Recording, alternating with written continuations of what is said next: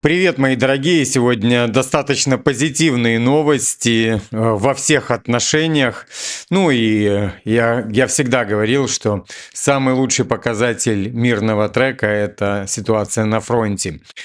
Читаю первую новость. В Бельгии задержали бывшую главу дипломатии Федерику ЕС, причем Федерику Могерини, сообщает СМИ. Это BBC пишет непосредственно. По данным европейских СМИ, она была задержана вместе с двумя другими людьми в рамках расследования дела о мошенничестве. О задержании Могерини сообщают в частности агентство AFP и бельгийская вещательная компания VRT. Это на чем посту сейчас находится Кая Каллас. Поэтому это очень интересно. Ранее Европейская прокуратура сообщила об обысках в Европейской службе внешних связей в Брюсселе, колледже Европы в бельгийском Брюгге, который возглавляла Могерини, а также других местах. Имена задержанных официально не называются. Обыски, по данным прокуратуры, проводятся в рамках расследования предполагаемого мошенничества, связанного с финансируемой ЕС программой подготовки молодых дипломатов. Соросят имеется в виду.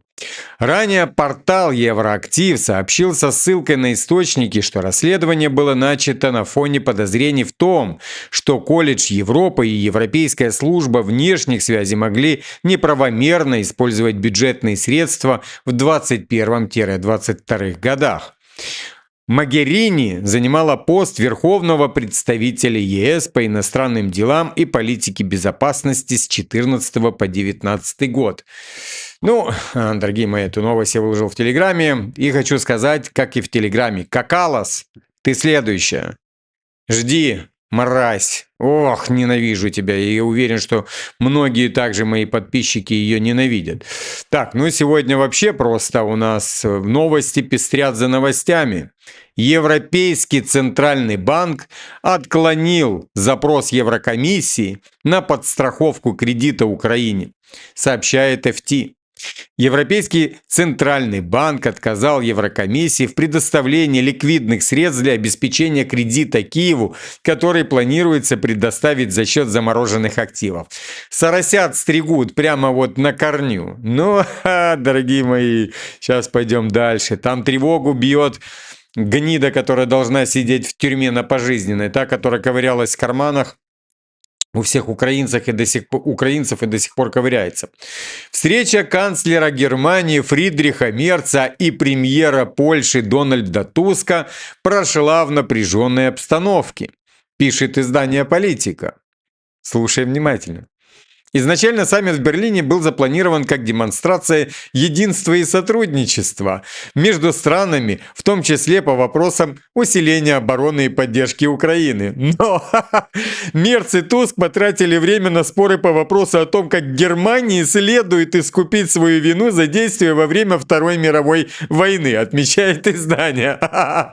Поляки им не забудут этого никогда. Тем более сейчас такой расклад, да, когда там все пытаются репарации какие-то от кого-то отстегнуть. Но этот тренд не закончится я имею в виду для немцев просто. Пентагон прекратил поддерживать контакты с Министерством обороны Германии, включая вопросы Украины, заявляет немецкий генерал. Что происходит, дорогие мои? Что происходит? Поехали. Сегодня скулёж вот этой вот падлы Гетманцева, Данила Гетманцева. Вот эту падлу надо в тюрьму. Туда, следом за всеми этими Мидосами и так далее. Что он пишет у себя? Реально плохая новость. Вы знаете, никогда не нагнетаю, но ситуация реально на грани. На этом фоне попытки сорвать бюджет политиканами выглядит особенно цинично, пишет Гетманцев. Это по поводу того, что ЕЦБ не выдал деньги. Так что все хорошо. Там еще один вундервафель, да, который пищал, немецкий вундервафель, который пищал, что Украине ни в коем случае нельзя идти ни на какие мирные переговоры. Сегодня уже щебечет совсем другие песенки, что Украине придется пойти на какие-то переговоры, уступки, территориальные и так далее. Смотрите, что происходит. Начинают распаковываться уголовные дела и так далее. Сейчас я прочитаю просто кринж кринжовый, ну и дальше мы уже обсудим это с вами. Учитель из Белой Церкви, внимание, раскритиковала трехлетнюю девочку-переселенку за использование русского языка, поддержав ее мовным омбудсменом Ивановской. Ирина Савченко-Киселева, преподаватель английского языка, в своем Facebook рассказала, что в детсаде, куда ходит ее сын, появилась девочка, которая говорит на русском языке. Она сообщила, что придя в садик при всех детях и воспитательнице сказала девочке: «Я тебя не понимаю. Что ты говоришь? Ты что, еще не научилась говорить?» После этого девочка попыталась перейти на украинский, но вскоре вернулась к русскому. Тогда Киселева обратилась к другим детям. «Я тоже ее не понимаю. Что она говорит? Не разберу». И смеется. Она неправильно говорит. Когда воспитательница сказала, что не может заниматься этим вопросом, Киселева пожаловалась директору. И вскоре, по ее словам, другая воспитательница помогла русифицированному ребенку. Это как понять русифицированному? Ну, там, можно телефон русифицировать, но ребенок родился не в Белой Церкви и не с вот этими, ну, вот я вам просто национализм. После публикации поста Киселевой она столкнулась с критикой со стороны многих комментаторов, которые обвиняли ее в агрессии по отношению к ребенку, называя ее действия буллингом. Она реально должна сидеть за это. Реально, она должна сесть за это, потому что это реальный буллинг, это трехлетний ребенок, на секунду, которые обвиняли ее в агрессии, называя комментарии, включали такие выражения, как «у вас проблемы с головой» и «вы враг Украины». Ей говорили об этом. Вот такие вот... Как вам даже сказать, это вот тот национализм, о котором я говорю, да, докапываться до девочек всяких маленьких и так далее, то есть не строить дороги, да, делать условия для этой трехлетней девочки, для ее будущего. Понимаете? А докапываться, на каком языке она говорит, высмеивать ее, булить ее прямо при всех. А дети ж злые, вы знаете, они подхватывают сразу же. Ну, я имею в виду те, которые видят это. У них свет вот подорожает через месяц. В январе свет будет стоить, как в Европе. А они детей булят. У них сейчас нет света, нет воды, нет газа, ничего нет. Они хотят воевать. И вот это национализм. Национализм, как же это называть так? Без мата хочется, да? Ладно, бог с ним, вы все поняли. Трехлетняя девочка, господи. Ну и вот, пожалуйста, цены на электричество сразу же. Мы будем булить детей, но вот у нас цены на электричество. В следующем году цены на электричество значительно вырастут, заявил Олег Попенко, глава Союза потребителей коммунальных услуг. По его данным, уже в эту пятницу Нацкомиссия по тарифам утвердит новые тарифы на передачу электричества на уровне 785 гривен за 1 мегаватт, по-моему. Это на 110 гривен дороже. То есть это как написано. Это отразится на всех наших расходах и платежах от продуктов питания до аренды. Это результат работы Кудрицкого во главе Укрэнерго. Когда в 2024 году был нанесен ущерб на 36 миллиардов гривен, там дальше я еще прочитаю, мы будем платить за это еще долго, написал Попенко. Напомним, что в Украине сейчас наблюдается дефицит электроэнергии на фоне коррупционного скандала в энергетическом секторе. Ого, ничего себе. То есть, получается, не из-за России, да, дефицит, а именно из-за коррупционного скандала. Ну, это же очень интересно, дорогие мои, очень. Поехали дальше. США еще летом заявили ЕС о поддержке возвращения России замороженных активов после завершения войны в Украине, сообщает Политика со ссылкой на источники. В администрации США есть те, кто хочет вести дела с Россией. История с активами им не подходит, сказал представитель ЕС. Американские чиновники недвусмысленно сообщили об этом посланнику ЕС по санкциям Дэвиду Салливану, когда он летом посетил Вашингтон. Однако президент Еврокомиссии фон дер Ляйен продолжила работу над планами использования активов для финансирования Украины. Сейчас Бельгия выражает возражение против этого плана Еврокомиссии. По мнению политика, США может поддержать позицию Бельгии. Правильно. Напомню, Бельгия не ЕК. То есть Бельгия, да, где есть Брюссель, столица, а есть Бельгия, в которой есть Еврокомиссия. Ее чаще называют Брюсселем.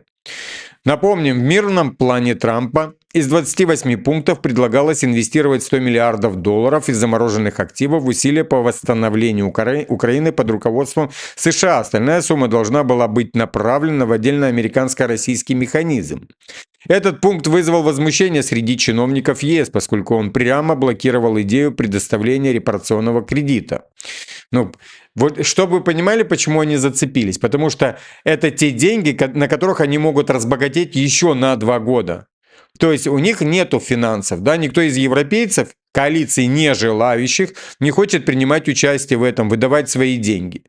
И поэтому они решили зацепиться за российские активы, для того, чтобы с этих активов инвестировать точнее даже не инвестировать, а тратить деньги на ВПК, а оттуда забирать свои проценты. Вот для чего им нужно это. Потому что у них уже закончилось финансовое топливо.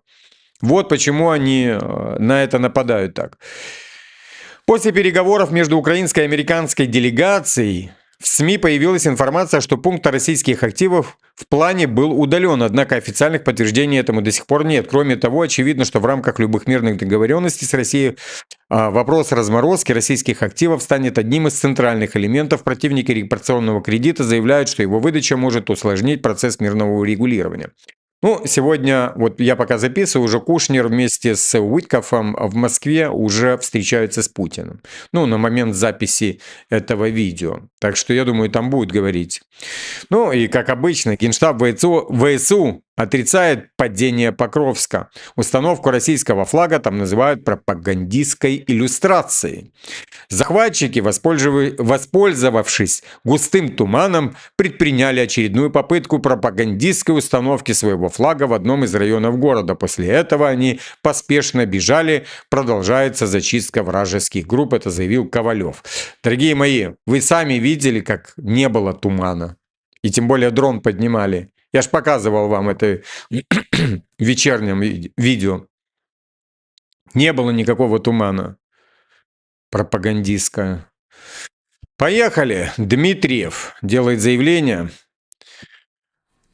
о визите группы, разработавшей ближневосточное мирное соглашение президента США Дональда Трампа по Газе. По его словам, команда прибудет в Москву для продвижения инициативы, которую Вашингтон предлагает. Они уже в Москве, поэтому эта новость уже не актуальна. Я их собирал, они были на подлете.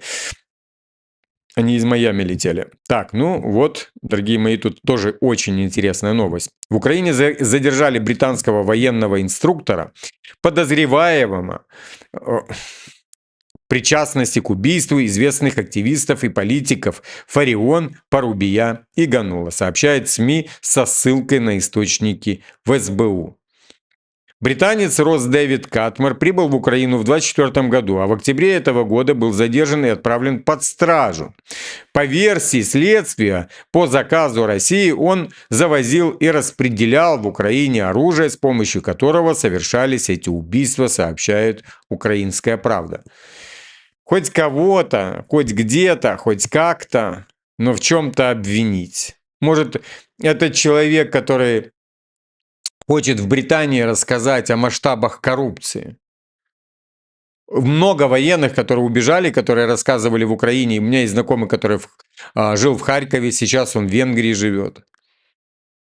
Который рассказывал о масштабах коррупции, его садили специально, на губу, но ему удалось сбежать. И другим, есть многие, военные, которые рассказывают об этих масштабах. Им удалось сбежать, но их никто не хочет слышать. Это уже после войны. Так вот этот британец, наверное, увидел всю суть этой коррупции, которая происходит, как убивают людей, как к кому относятся. Обладая этой информацией, он начал говорить, понимая, что он где-то в свободном мире, и все остальное. Немножечко ошибся. Они его упаковали, а сейчас они ему шьют, что он кому-то оружие от России предоставлял. Я хочу вам сказать одну интересную вещь, о том, что когда уйдет Зеленский, мы узнаем, где очень многие политики, кто из них выжил. Гео Лерос и так далее. Где они сейчас прячутся? Европейские страны фактически затормозили украинские переговоры. Без их вмешательства Москва и Вашингтон уже бы давно могли выйти на соглашение. Это пишет Wall Street Journal. Wall Street Journal, который как раз Такер Карлсон и говорил, что его руководство является акционерами ВПК. Ох, будут суды потом. По данным издания, европейские столицы оказались в своеобразной изоляции. США постепенно дистанцируются от региона, и ЕС вынужден опираться на собственные ресурсы и политическое влияние. И тут мы видим всю коррупцию, которая сейчас начинает всплывать. И США в этом помогают.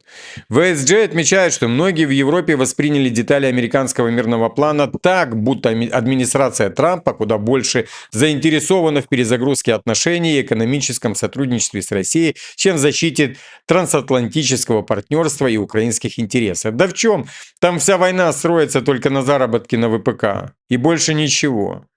А там копейки, по сути, которые просто для определенного очень узкого круга людей. Если торговать с Россией, то Дмитриев там предлагал там сотни миллиардов. И можно выйти на триллион даже. Запросто. Ну так посмотреть, если Трамп все-таки за Америку, то, конечно, ему интересно будет сотрудничать с Россией, с Китаем, чем с Европой. Какой смысл? На вот этих вот... Это этим шавкам типа Каллас и другим там нормально, когда им заносят и так далее. Окей, сегодня танкер с подсолнечным маслом подвергся атаке в Черном море. Это заявляют турецкие власти. Я сегодня отдельный шортс по этому поводу записывал. Сейчас мы его разберем, вот этот кейс, именно непосредственно случай. Будем русифицироваться потихонечку. Российское управление Турции, точнее морское управление, не российское, морское управление Турции сообщило, что танкер МИД «Волга-2», следующий из России в Грузию с грузом подсолнечного масла, передал, что подвергся атаке, СОС отправил в турецкий порт Синоп. Из сообщения следует, что нападение произошло в 129 километрах от турецкого берега, но 13 членов экипажа не пострадали. Других подробностей турецкое ведомство не приводит. Российское агентство ТАСС уточняет, что МИД «Волга-2» – российское судно, приписанное к порту Санкт-Петербурга и действующее под российским флагом. В пятницу 2 подсанкционных танкера под этим флагом, это BBC пишет, в Гамбии, подверглись атаке украинских безэкипажных катеров. По сути, в российские порты, которые двигались в российские порты. Ну, давайте разберем немножечко. Украина за несколько дней атаковала 4 гражданских судна в Черном море, возле Турции и даже у берегов Африки. Флаг не имеет значения. Российский, гамбийский, груз с маслом, с топливом. Важно только одно, чтобы судно можно было привязать к России. Это первый случай, когда гражданский флот объявлен законной целью неформально, а действием. Хочу вам объяснить, что таким образом Зеленский пытается, если у него там вот этот вот его, я не знаю, как называть, хитрый план по там ударом по МПЗ должно было остановить экономику российскую, то он ничего не сделал. Кроме того, как практически стер всю энергогенерирующее производство в Украине. Вот чего достиг Зеленский, но не более, понимаете? И он решил перейти к тому, что развозит эту нефть, то есть к танкерам. И решил их подбивать. Тем самым он думает, что он притормозит экономику. Это, знаете, как говорится, одно из общей массы вот этих действий. Но там еще есть другие действия. Цель здесь проста. Максимально взорвать морское пространство вокруг России, удар по торговле, провокация Турции, попытка вызвать новую волну внимания НАТО, создать картинки, что Россия угрожает мировому судоходству. Это уже когда на ответ пойдет. Украина сама бы на такой шаг не пошла. Это уровень британцев, европейцев и американской демпартии. Киев не получает права на атаки по иностранным судам самостоятельно. Такие действия согласовываются внешне. Понятно, потому что им нужно по датчикам определить, где там Украина, откуда они знают, что вот это судно там в Гамбии идет или из Гамбии идет. Все им передают все эти данные. Для самой Украины это прямой удар себе в ногу. Страховые компании начнут уходить. Сюда перестанут идти даже в те порты, которые еще дышат. Логистика станет токсичной. Черное море превращается в серую зону без гарантий безопасности. Украина делает море безжизненным для собственного же экспорта и пытается выдать это за борьбу с российским флотом. Но самое важное, эти удары полностью развязывают руки России. Теперь Москва может останавливать и атаковать любые суда, которые формально можно связать с помощью Украины. Любой танкер, любой контейнеровоз, любой груз. Флаг не имеет значения, это дает России легитимную возможность парализовать морскую торговлю в Черном море, Балтике, Средиземноморье и дальше настолько широко, насколько ей это нужно. Запад это осознает, поэтому он молчит, они специально притормаживают реакцию, пока не ответит Россия. Как только Москва примет решения зеркальные, они сразу побегут с готовыми обвинениями. Вся операция построена так, чтобы руками Украины создать эскалацию, а реакцию России использовать как инструмент давления и информационной атаки. Дорогие мои, сегодня ждал, когда приедет доставка, и вот она прямо сейчас приехала, поэтому картинка и поменялась, потому что нажал паузу быстренько. Ну и завершая эти новости, одной интересной новостью. Украина нанесла рекордное количество ударов по российским НПЗ в ноябре. Об этом пишет Bloomberg. Что хочу этим подчеркнуть, дорогие мои. Россия забрала рекордное количество территорий. Россия потушила Совет рекордно, да, которого не было уже там 2 года, таких не было атак. Газ и газодобычу больше, чем на 80%. Да, электродобычу, энергодобычу.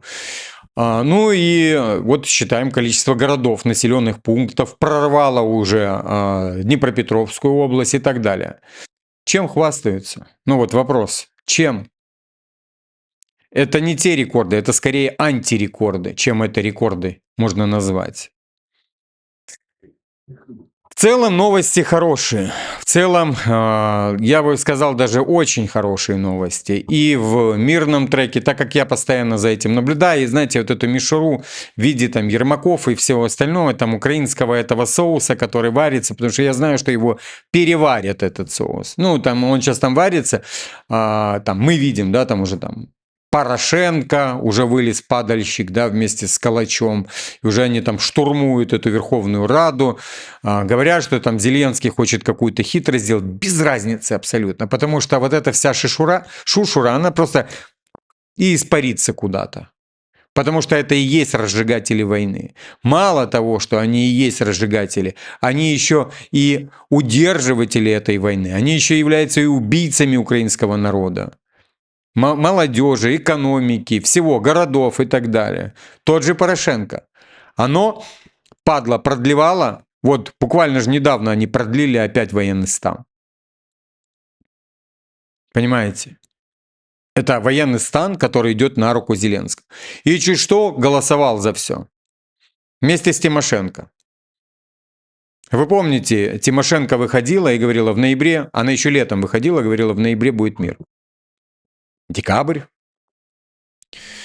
Не знаю, как украинцы будут жить с ними, но я бы не хотел с ними соседствовать. Потому что за 30 лет мы видим только, как они переобуваются, перепрыгивают, перескакивают за американские деньги, ну, я имею в виду за Демпартии деньги, отрабатывают как только нужно, чтобы только получать от них деньги, убивают свой народ, свергают правительство, делают войны против братоубийственные войны.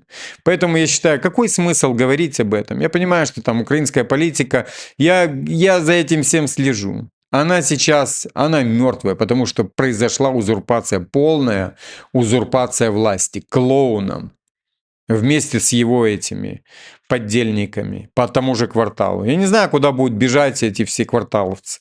Убегут. Я вам гарантирую, они убегут вместе с этим Женечкой, со всеми. Они дрыснут просто максимально быстро. И ничего от них не останется, кроме воспоминаний. А если где-то найдут, то еще и подрежут их, каждого причем.